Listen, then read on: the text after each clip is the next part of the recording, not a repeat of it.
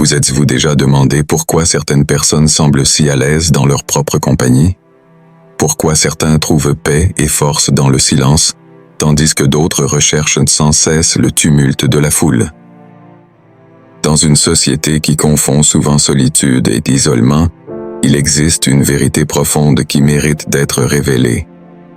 Ceux qui apprécient et cultivent les moments de solitude possèdent des caractéristiques uniques qui les rendent extraordinairement spéciaux.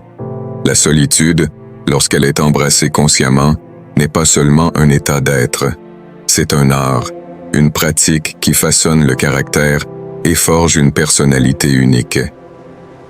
Comme l'écrivait Marc Aurèle, l'empereur philosophe, « Retire-toi en toi-même, c'est dans son propre esprit que l'homme rationnel et juste trouve toute satisfaction. » Cette sagesse ancienne résonne encore plus fortement aujourd'hui, à une époque où le bruit constant et la connectivité permanente semblent être devenus la norme.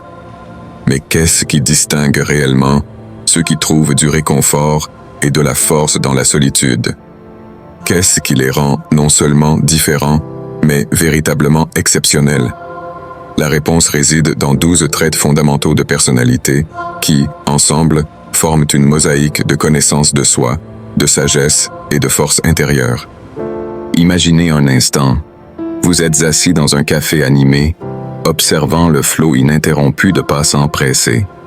Tandis que certains pourraient se sentir mal à l'aise ou même anxieux d'être seuls en public. Vous ressentez une étrange paix dans ce moment.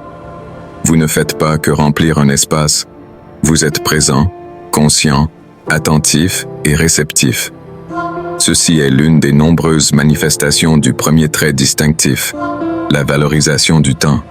Pour ceux qui embrassent la solitude, le temps n'est pas simplement une ressource à gérer, mais un trésor à savourer. Chaque moment passé seul est une opportunité de croissance, de réflexion et de découverte de soi. À l'image d'un jardinier patient qui sait que chaque graine a besoin de son propre temps pour germer, les personnes qui apprécient la solitude comprennent que le développement personnel ne peut être précipité. Elles entretiennent une relation presque sacrée avec le temps, l'utilisant non pas pour fuir le monde, mais pour mieux le comprendre. Cette compréhension profonde de la valeur du temps mène naturellement au deuxième trait, une conscience de soi exceptionnelle. Lorsque vous passez du temps significatif avec vous-même, sans les distractions constantes du monde extérieur, vous commencez à entendre votre voix intérieure avec une clarté surprenante. C'est comme régler une radio sur une fréquence spécifique. Plus vous pratiquez, plus le signal devient net. La conscience de soi développée dans la solitude n'est pas un simple exercice d'introspection passive. C'est un dialogue intérieur actif et permanent, une conversation honnête avec soi-même que peu osent véritablement engager. C'est à travers cette pratique que vous commencez à reconnaître vos schémas de pensée, vos réactions émotionnelles et vos motivations profondes. Tel un archéologue patient, vous creusez à travers les couches d'expérience et de souvenirs, découvrant des trésors de connaissances de soi qui ont toujours été là, attendant simplement d'être révélés. Ce profond autoconnaissance conduit au troisième trait distinctif, un équilibre émotionnel remarquable. Les personnes qui apprécient la solitude développent une capacité unique à rester centrées au milieu du chaos. Ce n'est pas qu'elles soient immunisées contre les tempêtes émotionnelles. Elles ont simplement appris à être l'œil du cyclone, le point de calme au cœur de la tourmente. Imaginez un arbre ancien et robuste. Ses racines profondes lui permettent de rester ferme même face aux tempêtes les plus violentes. De la même manière, ceux qui cultivent la solitude développent des racines émotionnelles solides, ancrées dans une connaissance intime d'eux-mêmes. Lorsque les circonstances deviennent éprouvantes, ils ne se laissent pas emporter par le flot des émotions. Ils observent, analysent et répondent avec une sérénité que d'autres pourraient presque qualifier de surnaturelle. Cet équilibre émotionnel ne signifie pas froideur ou détachement. Au contraire, il mène au quatrième trait distinctif, une ouverture d'esprit exceptionnelle. Cela peut sembler paradoxal, n'est-ce pas? Comment quelqu'un qui apprécie la solitude peut-il être si réceptif aux nouvelles idées et expériences? La réponse réside dans la nature même de la solitude consciente. Lorsque vous ne dépendez pas constamment de la validation extérieure ou du consensus social pour forger vos opinions, vous devenez plus libre d'explorer différentes perspectives sans préjugés. C'est comme avoir une toile vierge sur laquelle vous pouvez peindre avec toutes les couleurs de l'expérience humaine sans être limité par la palette imposée par la société. Cette ouverture d'esprit se manifeste de manière surprenante.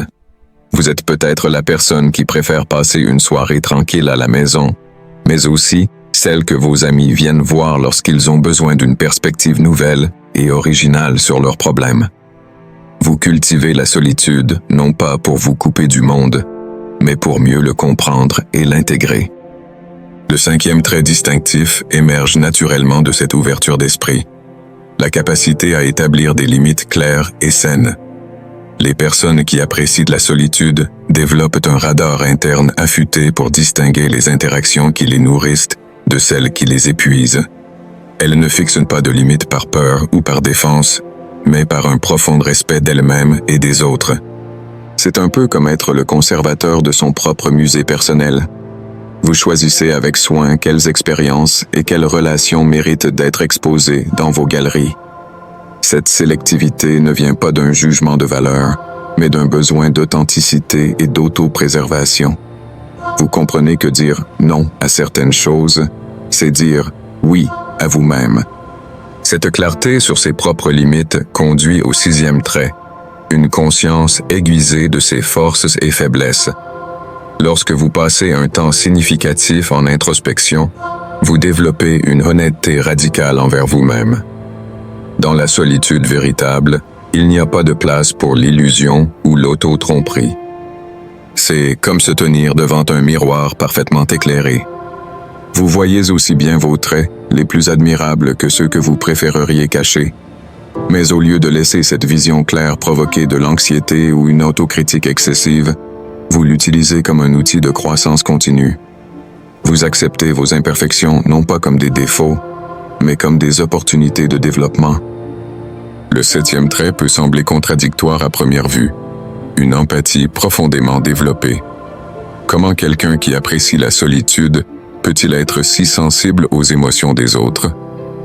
La réponse réside dans la qualité de l'attention que vous développez dans vos moments de solitude. Lorsque vous n'êtes pas constamment distrait par le besoin de socialisation, vous devenez un observateur plus attentif du comportement humain. C'est comme développer un super pouvoir émotionnel. Vous commencez à percevoir les nuances subtiles dans les expressions des gens, les changements presque imperceptibles dans leur ton de voix, ces petits gestes qui révèlent des vérités non dites. Cette empathie affinée se relie naturellement au huitième trait, une forte orientation vers l'intuition.